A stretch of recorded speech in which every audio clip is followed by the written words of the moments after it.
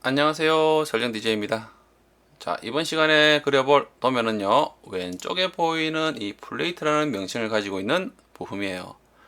자, 이 부품 같은 경우는 이 핀과 포스트가 조립되기 위한, 그쵸? 이 핀과 포스트가 조립되기 위한 이 플레이트에 대한 역할을 하고 있었죠. 그러면서 아래쪽에 있는 베이스 플레이트에 정밀 가공을 하는 게 아닌 이 부품을 하나 우리가 만들므로써 그렇죠? 이 조그만한 부품에서 정밀 가공을 해서 이 베이스 플레이트 같은 경우는 탭이라든지 카운터 보링에 대한 단순한 작업만 할 수 있게끔 단순한 작업을 해서 제작을 할 수 있게끔 했고, 그쵸? 설계를 했죠. 그러면서 이 플레이트가 이 핀과 포스트가 조립되기 위한 정밀 가공, 이런 홀들에 대한 부분을 가공을 했습니다.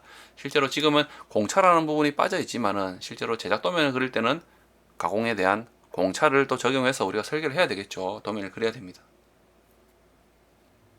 자, 그래서 이번 시간에 이 도면을 한번 그려볼 텐데요. 전체적인 크기는 가로는 280이면서 세로는 300이네요. 그리고 모서리 부분에는 챔프 5가 되어 있으면서, 그쵸? 되어 있죠. 그리고 이런 핀과 포스트가 조립되기 위한 홀이 위치가 이제 가공이 되어 있는 부분이 4개소. 자, 210에 230이면서 센터를 기준으로 다 대칭입니다. 각각이. 그렇죠? 이렇게 다 동일한 위치를 가지고 있다는 거죠. 그리고 카운터 보링에 대한 위치도 어때요? 카운터 보링에 대한 위치도 260이라는 지수, 그리고 280이라는 지수가 당연히 센터를 기준으로 좌우가 다 동일한 그런 치수를 가지고 있습니다. 자, 그래서 이 부분을 먼저 그려볼 텐데, 자, 우선 평면도에 대한 형태를 먼저 그려볼게요. 평면도를 먼저 한번 그려보도록 하겠습니다. 자, 라인 명령어로 가로가 280이죠. 280. 세로가 어때요? 300. 그쵸? 칼피 명령어로 이 선들을 복사를 하면 되죠. 이렇게. 그쵸? 복사를 해서 선을 만듭니다. 자, 280에 300이죠. 자, 그런 다음 모서리 부분이 어때요? 챔퍼 5로 되어 있습니다. 그래서 CHA 입력어 스페이스바, D를 입력어 스페이스바, 숫자 5를 입력어 스페이스바, 스페이스바, 클릭, 클릭, 이렇게 클릭, 클릭해서 만든 후에 라인 명령어로 중간점들을 잇는 선들을 그리고 이 부분은 자 3mm 할까요? 3mm만큼 연장, 3mm만큼 연장을 했습니다. 자, 그런 다음 이 카운터 보링에 대한 부분을 먼저 우리가 표현을 해보도록 할게요. 그러면은 이 카운터 보링은 M5mm에 대한 볼트가 조립될 수 있으면서 카운터 보링에 대한 깊이는 9mm네요. 그렇죠? 그렇기 때문에 자, 우선 8mm에 대한 M8mm에 대한 카운터 보링 카피 명령어로 자, 가져옵니다. 자, 그런 다음 센터를 기준으로 좌우로 어때요? 260mm네요. 또는 왼쪽에서 오른쪽으로 10mm 각각에 대한 동일한 다 치수로 동일하게 10mm씩 다 띄워져 있다는 거죠. 그렇기 때문에 자, 이렇게 선택해서 자, 이 챔퍼의 끝 지점에 이동 후에 자, 이렇게 선택해서 오른쪽으로 5mm만큼 이동한다면 당연히 10mm죠. 그쵸? 그리고 move 명령어로 위쪽으로 또 10mm. 그쵸? 그러면은 10mm만큼 이렇게 동일한 위치로 만들어진다는 겁니다. 그리고 밀러 명령어로 이렇게 선택해서 자, 이렇게 대칭 명령어로 위아래 좌우로 이렇게 만들어주면 되죠. 그쵸? 그러면은 끝이 납니다. 간단하죠? 간단합니다. 자, 그런 다음 우선 이 PCD에 대한 부분이 있네요. 탭이 이제 이 포스터와 핀이 조립되기 위한 탭이었죠. 야, T탭에 대한 부분이 좀 빠져 있네요. M5mm였는데, 그쵸? 자, 이 부분을 다시 제가 좀 정리를 할게요.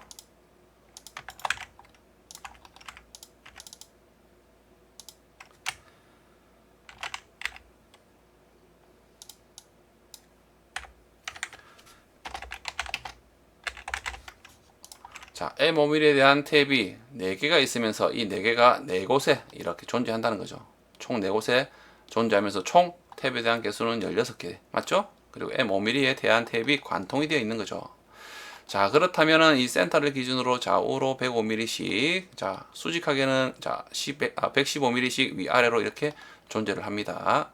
그렇다면 우선 자, PCD가 어때요? PCD에 대한 이 탭에 대한 PCD가 37mm이기 때문에 우선 원 그리기 명령어로요. 지름이 37인 원을 그립니다.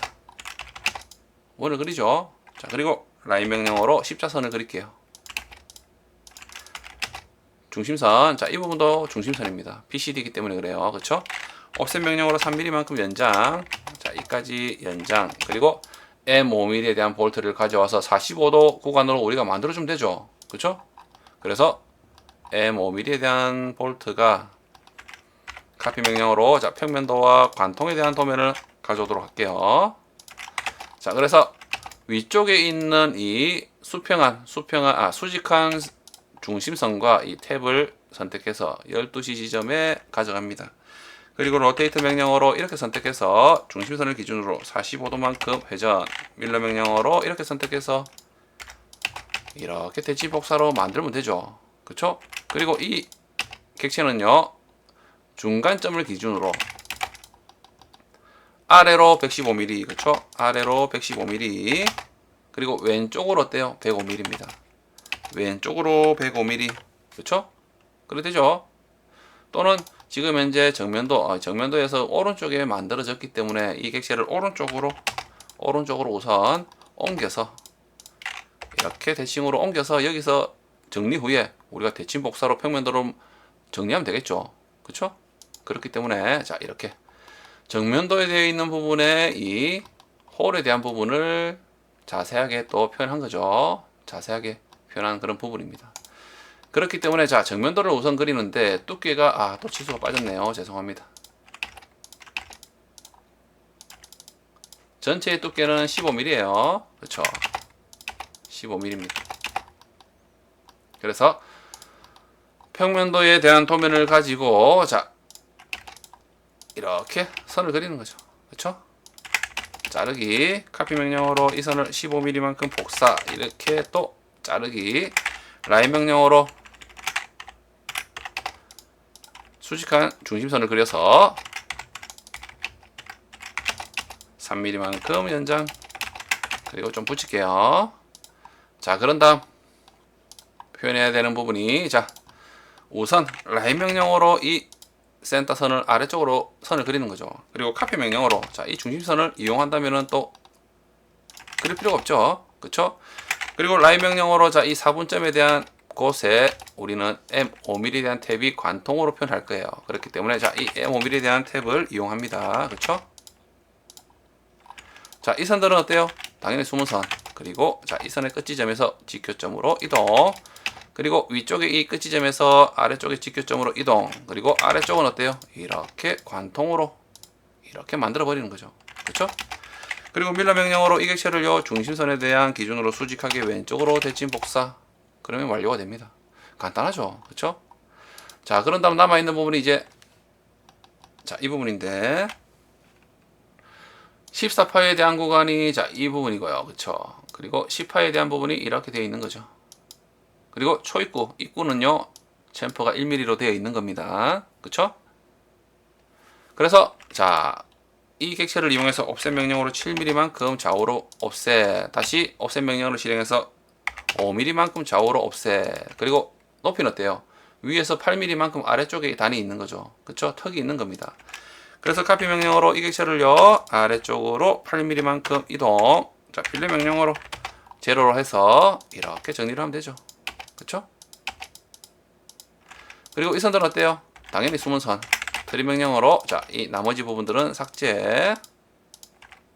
자, 그런 다음 입구 측은 챔퍼에 대한 부분이 1mm이기 때문에 자, 라인 명령어로 1mm만큼에 대한 선을 그리고 로테이트 명령어로 끝 지점에서 45도만큼 회전. 익스텐드 명령어로 여기까지 연장. 트림 명령어로 삭제. 매치 블록으로 특선 복사.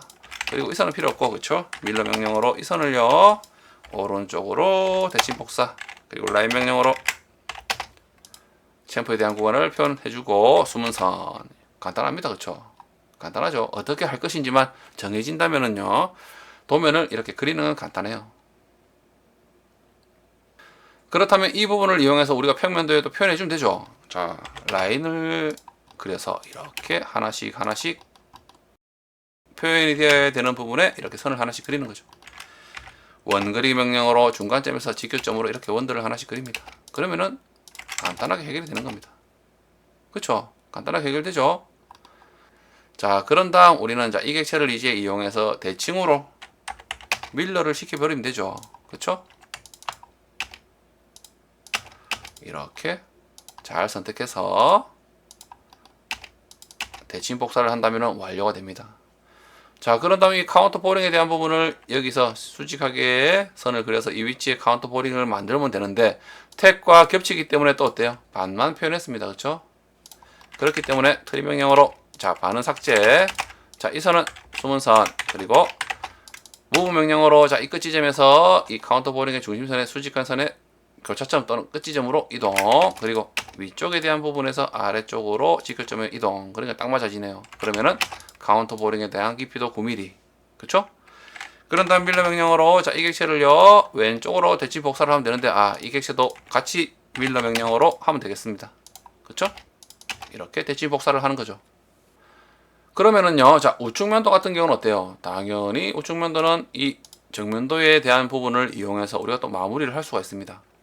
카피 명령어로요, 자, 이 객체를 선택해서 복사를 하나 하고, 그쵸? 복사를 하나 해서 로테이트 명령어로 자, 이렇게 90도만큼 회전.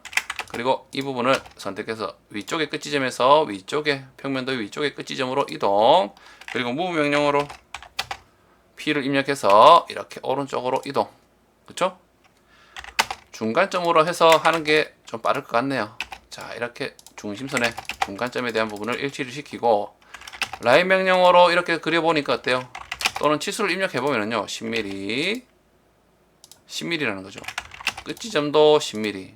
그렇죠? 그럼 당연히 위쪽도 동일하다는 겁니다. 그러면 당연히 스트레치 명령으로 이렇게 선택해서 아래쪽으로 10mm만큼 연장. 위쪽도 이렇게 선택해서 스트레치 명령어로 10mm만큼 연장한다면은 라인 명령어로 한번 그려보세요. 그려보면은요 딱딱 맞아집니다. 그쵸? 그쵸? 위치가 맞아진다는 거죠. 자, 그러면 이렇게 우리가 우측면도도 당연히 정면도가 정리가 되었기 때문에 간단하게 또 그릴 수가 있다는 겁니다. 자, 이렇게 이번 시간에 우리는요, 자, 이 플레이트라는 명칭을 가지고 있는 부품을 한번 그려봤어요. 자, 이렇게 이번 시간을 끝으로 우리는 이제 시즌 7번째 시간이 끝나면서 우리가 이제 처음에 시작했던 계획했던 그런 기계를 우리가 또 만들었습니다. 그렇죠? 이렇게 만들었죠.